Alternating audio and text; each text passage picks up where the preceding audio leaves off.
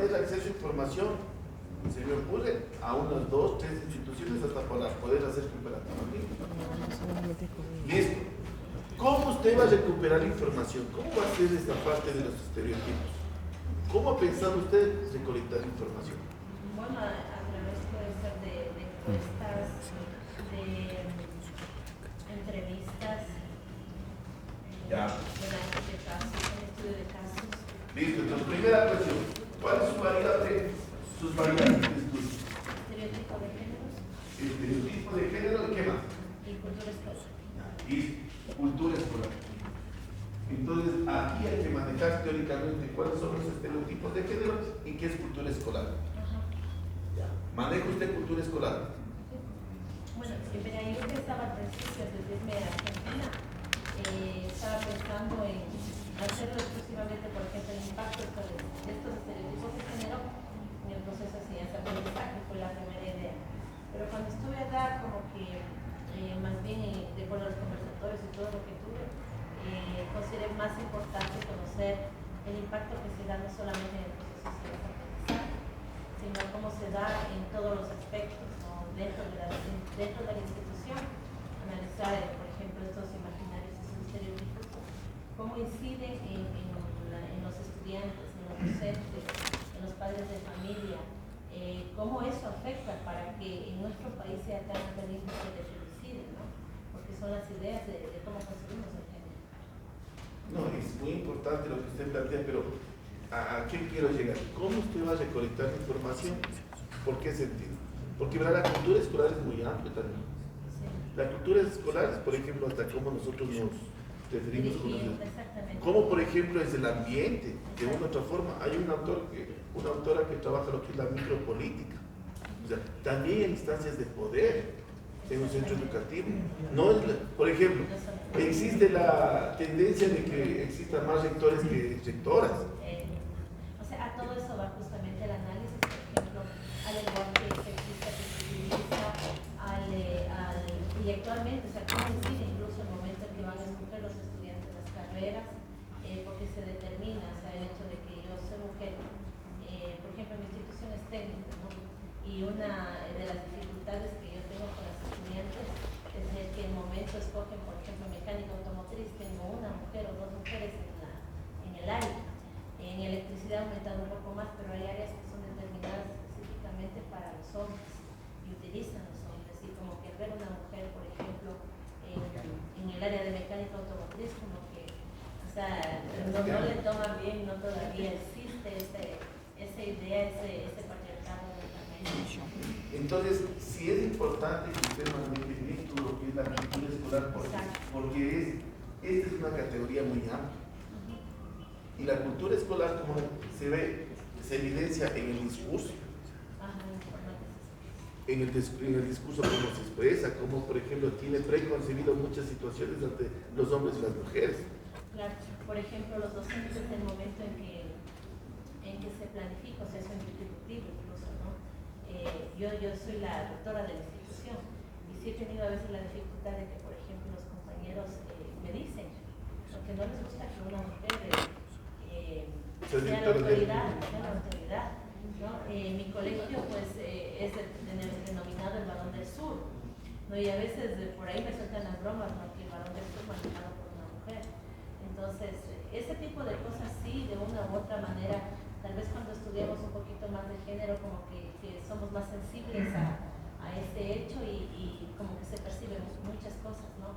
En todos los aspectos que he analizado creo que es pertinente, y por eso al principio me estuve enfocada solo en el proceso de enseñanza-aprendizaje, pero cuando ya regresé como que el escuchar, el ver toda la información que se nos dio y también de acuerdo a lo que investigué un poco ahí, compré libros, textos de información, al hablar con los profes allá, me surgió una idea también, ¿no? Porque bueno, yo tengo una percepción aquí de lo que pasa en nuestro país.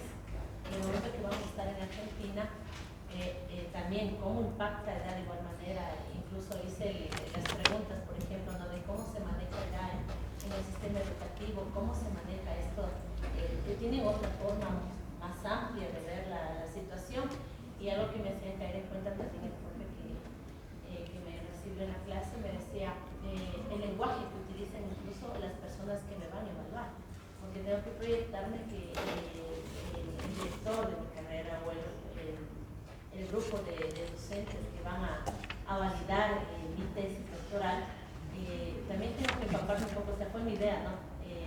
Por eso busqué libros de edad, información de edad específicamente en Argentina, autores de edad, para también darme cuenta del contexto en el que se vive en Argentina referente a mi tema, para poder también, porque hay palabras, por ejemplo, en el vocabulario que se utiliza allá, que no las utilizamos aquí. Entonces, si alguien me hace una pregunta en el momento que estoy defendiendo mi tesis, debo prepararme para el lenguaje que lo utilizan allá de mi tema. Tal vez mi tema no tiene el mismo impacto que tiene acá. O sea, todas estas preguntas que me las hice sí me sirvió para poder traer un poco más de información de edad de Argentina también. Y he buscado, por ejemplo, de acuerdo a la información que estuve, temas que sean o tesis, que sean referentes. Entonces me pareció más completa porque encontraba de una, de otra, pero el término de cultura escolar, por ejemplo, lo maneja mucho allá. Entonces, y al poder investigar ahí, vi que se daba más de acuerdo a lo que yo quería, o sea, analizar todos los aspectos que van dentro del sistema o dentro de la cultura escolar, que sí veo que inciden, porque mi pregunta principal es, o sea, lo que yo quiero plantearme es por qué están aumentando estos casos de femicidio, ¿no? ¿Por qué están aumentando tantas muertes de las mujeres? ¿Por qué existe tanta violencia? Si se supone que ahora estamos como que el sistema avanzado en cuanto a los derechos, en cuanto a lo que tiene la normativa legal, en cuanto a lo que nosotros ahora en el Estado podemos ver que sí hay, por lo menos ya hablamos de la violencia, pero observamos que sí hay casos alarmantes en que aumentan. Y en mi institución, en mi sector, tenemos muchas mujeres indígenas, y al ser indígenas sufren una doble discriminación. Entonces, la forma en la que nosotros también como docentes educamos a los estudiantes incide de una u otra manera, porque es la forma en la que yo fui educada. Pues, por ejemplo, los docentes que ya tienen mayor tiempo ya en la institución, están por jubilarse, ellos manejan un discurso totalmente diferente. O sea, por ejemplo, no comprenden que estudiantes que están embarazadas o que van a dar a luz. O sea, la situación que atraviesan ellas, para ellos es difícil aceptar eso. Entonces, ese tipo de cosas como que también es generacional, ¿no? Porque los jóvenes, tal vez los docentes más jóvenes, como que tocan la situación de otra forma, ¿no? La utilizan de otra manera. Entonces, ese es el... Sí, mira, yo digo que sí es muy interesante su tema, pero no centrarse en el femicidio. No. Yo, o sea, digo, mi preocupación fue por qué, y es porque nosotros a través de la educación es donde nosotros de una u otra manera también contribuimos para que estos estereotipos incidan, y se da de acuerdo a las regiones, al lugar también, ¿no? Pero de ahí específicamente mi tema es este. Claro, porque la relación que usted va a ver es ¿Cómo es que siguen estos? los estereotipos de género en la cultura escolar. Eso es. O sea, porque lo otro usted no va a controlar, o sea, indistintamente es un factor muy multifactorial de ese tipo de situaciones, pero sí es importante como sugerencia manejar todo este tipo de situaciones. ¿Cuáles son los estereotipos? Tiene que manejar usted. Y también cultura escolar. Y por otro lado, ¿qué autores están viendo?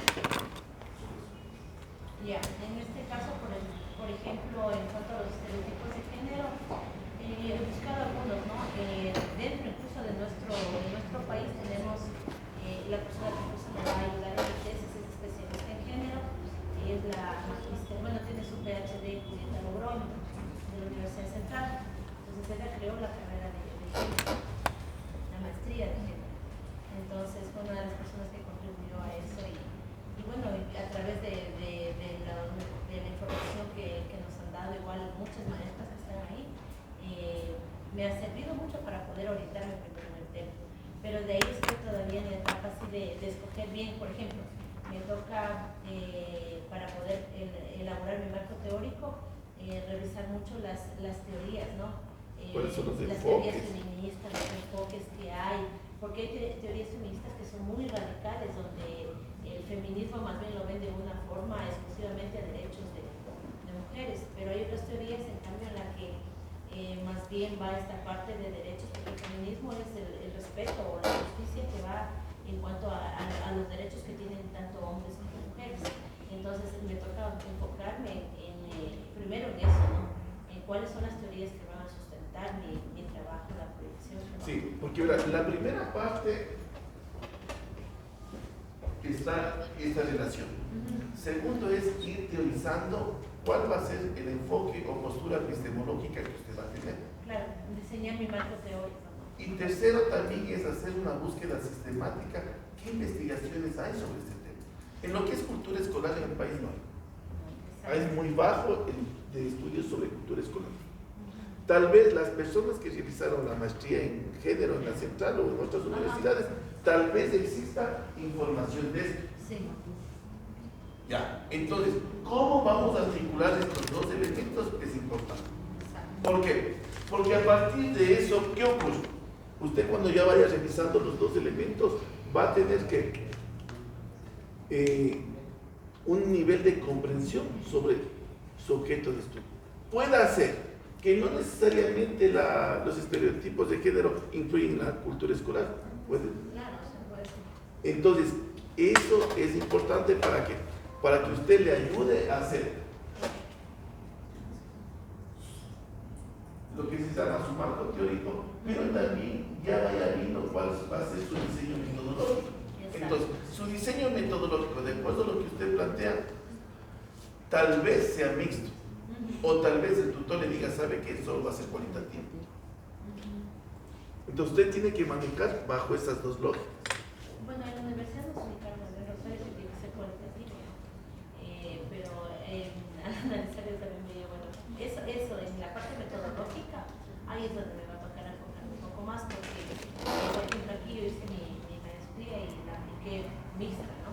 Metodológica y cualitativa, pero ya relacionado a edad, por eso me llamó mucho la atención cuando estuve, bueno, viendo ahí en las bibliotecas cómo manejan y todo eso. Me traje muchos textos también en cuanto a eso, ¿no? La metodología de cómo la manejan la edad, el vocabulario, o sea, para tratar de comparar. Es que, el vocabulario es genérico, en eso hay que estar muy claro. No es que los argentinos dicen otra cosa del diseño cualitativo que dicen los de Norteamérica, no. Lo que sí varía es solo una cuestión. Lo que varía es, ellos van a aplicar un proceso metodológico cualitativo que está en todo. Porque si usted revisa la bibliografía que utilizan los argentinos es de Europa. Entonces ellos no es que han generado la teoría cualitativa. Lo que ellos está predominando, eso es verdad. Pero sí debemos estar claros que los diseños metodológicos son genéricos, que se han ido construyendo sobre ciertos expertos y que nosotros hemos ido adaptando, incorporando. Sí. Pero hay diseños que son ya específicos. Lo que yo le vería es ir determinando qué personas van a ser sus informantes claves, porque ahí está la riqueza de esto. ¿Y cómo va a ser? Primero, el proceso de selección de los informantes. ¿Qué técnicas va a utilizar? ¿Cómo va a ser su procesamiento de análisis? Entonces, ese procesamiento sí debe tener una rigurosidad. ¿A qué me iba yo en esta parte de la metodología? Lo que le explicaba que cuando hacemos un análisis, el análisis de los datos, de la información que se tiene, por ejemplo, en mi caso, en base a mi tema, yo debo tener mucho cuidado en el uso del tipo de lenguaje sexista, porque se supone que eso es lo que también determina hasta cierto punto el enfoque que voy a tener en el análisis. A eso me refería. Sí, pero ¿qué ocurre? Al poder extraer la información. Pero el que usted tiene debe estar clara en esto. Usted hace un grupo focal, a 10 personas de aquí. Cada uno de nosotros vamos a tener, y cada uno de nosotros utilizamos diferente vocabulario. Entonces, usted no va a poder controlar eso. Lo que usted va a controlar es que, por ejemplo, la palabra más utilizada, por ejemplo, es, se me ocurre, sexo, por poner un caso. Eso sí puede controlar. Bueno, va a poder analizar, pero no va a poder, por ejemplo, controlar que cada uno de nosotros, o es sexo, o es género, no sé. No, o sea, es para estar claro en este tipo de situaciones. Hay cosas que no podemos. Por eso, la riqueza de esta parte cualitativa es la diversidad. Yo no hablo de aplicar el instrumento, desde el momento ya de cuantificar. No, es que por eso le digo. Sacar toda la información. No, a lo que yo me refiero es que usted, al tener en la parte cualitativa, ¿cuál es la riqueza? Que yo pueda escoger una diversidad y en base a la diversidad yo pueda realizar mi procesamiento de información. Porque si yo, por ejemplo, por eso le decía, criterios para la selección de las personas, debe haber hombres y mujeres. Primer criterio. Segundo criterio, el tiempo de servicio, tanto jóvenes como con experiencia. Otro criterio, profesores técnicos y profesores de ciencias. Entonces, esos criterios debo manejar. ¿Por qué? Porque yo debo tener una diversidad de informantes. O sea, por eso digo, la metodología, hasta la función. Por ejemplo, habrá el vicerrector de la mañana, el de la tarde, tal vez ellos puedan, tal vez el vicerrector de la mañana tenga una concepción, que la vicerrectora de la tarde otra concepción. O tal vez el inspector de la mañana general o el subinspector de la tarde tenemos. O sea, yo creo que el diseño, la riqueza de todo esto, construir el marco teórico no es complicado, porque es una revisión. El diseño metodológico, la esencia de su trabajo está aquí. Hasta cómo va a ser las personas, cuántas personas, cuántos grupos vocales va a ser, qué tipo de los padres. Usted dice que, por ejemplo, hay indígenas. Si hay estudiantes, también deberán estar los chicos indígenas y señoritas. O sea, de todo eso, o sea, ahí va, reitero, la riqueza del trabajo. Y ahí viene el proceso, ya tiene la codificación, todo eso. Lo ideal sería que vaya pensando, ¿sí?, en la parte cualitativa, qué tipo de programa va a utilizar. Entonces, si yo no sé utilizar, porque hay un análisis de contenido, hasta para el análisis hay unas teorías, la teoría fundamentada, todo eso. Entonces, voy a utilizar el Atlas TIC, listo, yo debo saber interpretar, porque ahí le salen esquemas. Solo si ustedes revisan alguna vez o consultan, el Atlas TIC le salen ciertos mapas, usted tiene que saber codificar, tiene que saber utilizar el programa para poder tener un nivel de comprensión, porque este nivel de comprensión le va a ayudar hasta el análisis de los resultados y también las conclusiones. Entonces, lo que usted plantea, compañera, usted está claro en lo que quiere hacer, pero sí sería importante ir determinando el diseño metodológico. Por ejemplo, y en la parte metodológica, ¿qué diseño va a ser cualitativo? ¿Qué técnicas va a utilizar? ¿Sí? ¿Cómo va a ser el proceso de selección de los informantes clave? ¿Qué criterios de inclusión? ¿Qué criterios de exclusión? ¿Cómo va a ser el tratamiento metodológico desde las entrevistas o grupos vocales? ¿Cómo va a ser todo eso? Porque eso está, reitero, revisando mucho. Entonces yo voy a indicarles de unos trabajos que ya están aprobados, que ya están hasta con tutor, ir viendo qué ellos consideran para efectos del trabajo. ¿Sí? Listo, muchas gracias. Sí, disculpe, compañero. Compañeros. Habían hecho toda la tesis. ¿Quién? ¿Quién?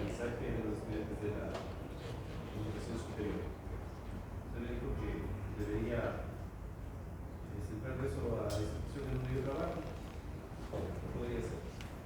Y aquí respondo a ese funcionamiento que ustedes proponían. ¿Por qué?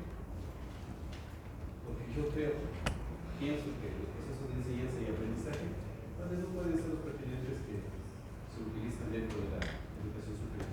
Analizando desde el punto de vista del consulta educativo a nivel general, yo analizo como una variable, no lo voy a hacer en sí con todas las variables de mi trabajo, sino más bien he seleccionado de este conjunto que yo pienso que es, por ejemplo, enfocado a lo que es la docencia, enfocado a lo que son los estudiantes. Las asignaturas que yo no utilizo investigar, sino más bien solamente se relacionan con los estudiantes y los docentes, pero se sabe que los estudios educativos pues, tienen mucha influencia, por ejemplo, con los modelos que se aplican dentro del marco currículum en el país. ¿No? Hoy mismo estamos viviendo que en la década pasada tuvimos cierto modelo educativo que se implantó y es de donde desaparecieron las 1.200 carreras que estaban en la educación superior, donde ahora se aplicó la nueva ley con la organización de la nomenclatura de tipos de la constitución de la música. Y eso ha ido eliminando carreras, cerrando carreras. Y esto ha hecho que creemos un nuevo currículum. Entonces se creó un nuevo currículum, se propuso, se está instalando, se está implementando. Y en marzo de este año nos obligan a las educaciones superior que nuevamente hagamos una educación superior, pero que no cambiemos los roles del aprendizaje. Entonces estas cosas generan, desde mi punto de vista, inestabilidad a lo que yo puedo ver, una inestabilidad curricular. Si tenemos esta inestabilidad curricular, más la acción del docente y más el aprendizaje de los estudiantes, entonces ahí esto ya se vuelve algo muy complejo.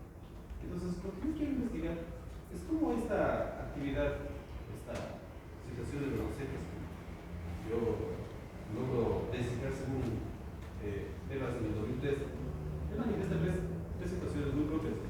Primero, el rol del docente, que en sí, cómo actúa él dentro del aula, y no únicamente del aula, sino en discusión a lo que hace el educación superior.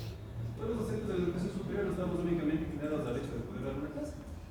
No tenemos vinculación, no tenemos investigación, no tenemos llevar las tutorías. La investigación ya no, como ustedes decían, únicamente podríamos hacer antes artículos de látinas, ¿no? Ahora nos piden que hacemos los niveles de educación porque hoy en día, sí, publicamos todos, pero la investigación ha bajado en la situación de la ciencia. Bueno, ahí estamos caminando. Ahora, eso no es muchas veces suficiente. También manifiesta temas aquí que existe un proceso que el docente debe organizar para entregar la información adecuada y pertinente a los estudiantes. Entonces ahí es como ya empieza a aparecer esta variable que yo la denomino estilos de enseñanza. Entonces, si un docente no organiza bien o mantiene una tendencia, entonces, como decían antes, ¿no? Si yo paso por encima de la álgebra de Baldor, de Mansell y quiero dar aquello, entonces esto influye muchísimo en la enseñanza. Entonces, desde ese punto de vista, yo he podido escuchar a mis docentes, a mis compañeros, tengo amigos que ya se han jubilado, y han dicho, la mejor escuela de la docencia es como me enseñaron a mí mis profesores. Puede ser así, ¿no? Puede ser así. Entonces, ve ahí también cómo aparece el estilo de la enseñanza de los compañeros docentes. Si yo aprendí observando videos, pienso que dentro de mis alumnos, o mis alumnos de mis clases, también van a aprender observando videos. Si pienso que en una clase de magistral que tenía un excelente profesor de matemáticas que me ponía 4 ejercicios de matemáticas, y esa es la mejor manera de enseñar, y pienso que también esa es la forma de enseñar. Ahí también no me parecen los estilos de la enseñanza. Pero todavía no he tocado la variable de los estilos del aprendizaje de los alumnos, porque también los estilos del aprendizaje de los estudiantes influyen en el proceso. Por ejemplo, en este momento nosotros estamos contentos acá, ¿no? Observando. Es muy bueno realizar una clase así para los visuales. Pero para los auditivos tal vez ya estamos un poquito cansados, ¿no? Nos ha pasado mucho, tal vez queremos escuchar. Pero para los kinestésicos ya hay una parte de los alumnos, ¿qué nos gusta hacer? Para las actividades. Ustedes saquen sus celulares y empiecen. Entonces, claro, el estilo de enseñanza en este caso está tratando de llegar con los 3 canales básicos. Pero también aquí aparecen las inteligencias múltiples porque también se aprenden los canales. Entonces, yo quiero hacer un análisis fundamentadas de 4 teorías que, bueno, hasta ahora leo 2, no puedo hablar de las inteligencias múltiples y canales básicos de los estudiantes y los estilos de la enseñanza que influyen, y quiero volverles a las 2 teorías y quiero respuesta. Bueno, mira, tengo algo parecido que más o menos le presenté al compañero allá, al doctor Paredes, y él me dijo que tal vez va por el mismo camino, ¿no? Pero él me dijo que más un producto, más no necesariamente una investigación. Yo le puse para la educación técnica y tecnológica, que es en el campo que me desempeño. Y él me dijo que tal vez esto recae más sobre un producto, más no sobre una investigación. Que debería tal vez dar el mismo enfoque. Yo creo que hay que manejar algunos elementos de lo que es el docente universitario. Primero que estar claro que es un docente universitario, para estar contextualizado. Caso contrario, primero, el docente universitario cumple 3 funciones importantes: docencia, investigación y vinculación. Eso es obligatorio. Pero lo más valorado en la universidad no es que sea buen docente. Lo más valorado en el caso de la universidad es su investigación. ¿Por qué? Solo para efectos de que analicemos. Yo puedo cumplir 3 años y medio. Puedo tener mi evaluación de 80 en adelante. No hay problema. Pero si publico 3 artículos en revistas indexadas, puedo subir de categoría. Solo para terminar la idea. Entonces, ¿qué ocurre? Hay estudios, y eso pueden revisar en España, en todo. Hay estudios donde la parte más fundamental no es solo la docencia, es la investigación. Por eso, las personas que tienen mayor investigación son más reconocidos y son mejor categorizados. Yo hablo en la central. Usted debe tener 5 publicaciones, haber sido director de proyectos de investigación, y automáticamente pudo ascender a agregado 3. Listo. Los profesores que no tenían investigación y no tenían publicaciones no fueron recategorizados. Entonces, en la universidad, reitero, y si usted revisa, yo estoy en un trabajo haciendo con la persona que yo soy director, se veía que la parte esencial es la investigación, es más reconocida. Hay estudios que, entonces, a los profesores de universidad les gusta y además de eso, les quitan horas de clase para que investiguen, no da más clase. Entonces, usted, por ejemplo, yo hablo del caso de la central. Usted tiene un proyecto semilla vale 6 horas, tiene un proyecto senior 12 horas. Entonces, usted tiene los 2 proyectos, le bajan 18 horas. 18 horas es para investigación. Doctor. Además de eso, vinculación. La hora de si tiene un vinculación. proyecto de vinculación, son 6 horas. Son tiene 6 horas 24 horas.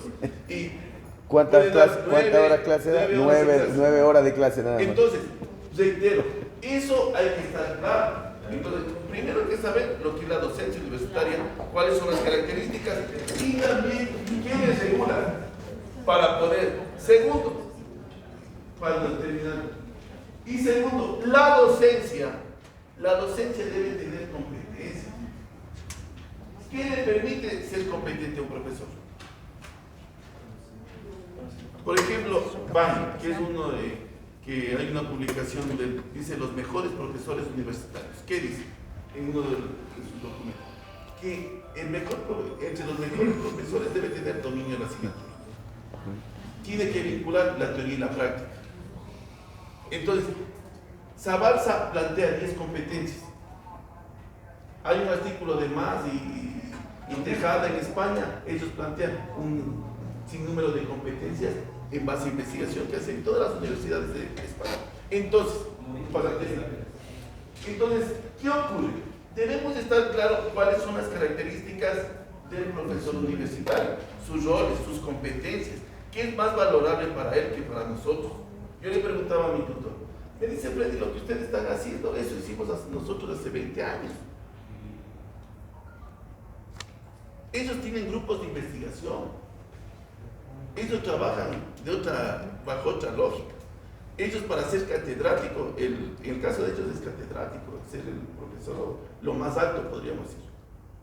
Entonces, ser catedrático para ellos, ahí hablan de los sexenios. Ellos tienen que ser investigadores en sexenios que habían publicado. Ellos ya, decir las indexes como insultarles, ellos ya solo buscan revistas de alto impacto.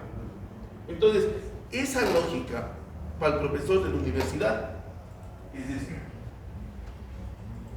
entonces, no sé si estamos bien. Entonces, yo debo ir comprendiendo esto. Otra situación que a veces nosotros no tomamos en cuenta, la formación inicial del profesor. Todas las personas que son profesores de la universidad, ¿tienen formación pedagógica? No. Yo puedo ser un buen abogado, pero gané el concurso y soy profesor. ¿Cuántas veces hice un curso de pedagogía? No sé. Ninguno. Y solo para... ¿Qué formación permanente tiene? Y algo muy fundamental, con todo lo de la ley del 2012, todo eso que se fue generando el nuevo reglamento, ¿qué ocurre? Mucha gente comenzó a jubilarse. Entonces la mayoría de profesores de nada, hablo de la central que conozco, aproximadamente de los 2100 son 850 profesores Nobel. Y el profesor Nobel está entre 1 a 7 años. Y teóricamente se dice que está aprendiendo a enseñar. Entonces, todas esas variables debo manejar yo. Entonces, no es lo mismo, como decía el compañero, no es lo mismo. Un profesor antiguo, él está esperando ya jubilarse de acuerdo a lo que plantea Joven. Y él no va a trabajar. El profesor, y acordémonos todos los que somos profesores. Lo primero que nosotros aprendemos es a repetir como fuimos enseñados. O aprendemos o repetimos al mejor profesor. Eso hacemos. Entonces, todas esas variables, para yo dar clases, ¿qué debe pasar? Factores. La formación inicial, formación permanente. ¿Qué tiempo tengo de servicio? Porque, por ejemplo, ¿qué ocurre? Los profesores jóvenes, de una u otra forma, manejan bien la tecnología. Las personas que ellos no manejan mucho la tecnología. Entonces, vean, compañeros, solo para más o menos contextualizar, esto es la primera parte que yo debo manejar para tener un nivel de comprensión. Y luego de esto, manejar lo que son estilos de enseñanza y estilos de aprendizaje. Para tener una comprensión. Caso contrario, ¿qué ocurre? Puedo yo emitir un juicio de valor y decir, bueno, ¿saben qué? Los profesores no tienen un buen estilo de enseñanza. Pero, ¿qué ocurre? Ellos fueron formados como docentes, ¿no? ¿En qué tiempo están? Entonces, una variable que no tal vez es considerado es el tiempo de servicio. Puede hacer que los jóvenes enseñen mejor, o puede ser que no tengan buenas estrategias. Entonces, reitero, para el caso del compañero, sí sería como una sugerencia ir considerando estos elementos para que vaya contextualizando el trabajo. Sí, disculpe, perdón, ahora sí, el compañero que quería. No, lo que quería notar es que no necesariamente el ser doctor o ser PhD que certifica que tú vas a ser un buen docente. Lo que vas a hacer es un buen investigador. ¿Por qué quiero llegar a esto? Porque te exigen ahora que todos los profesores de las universidades sean PhD. Comenzábamos con la doctora Bergel, que nos daba didáctica, que... Sí. Perdón.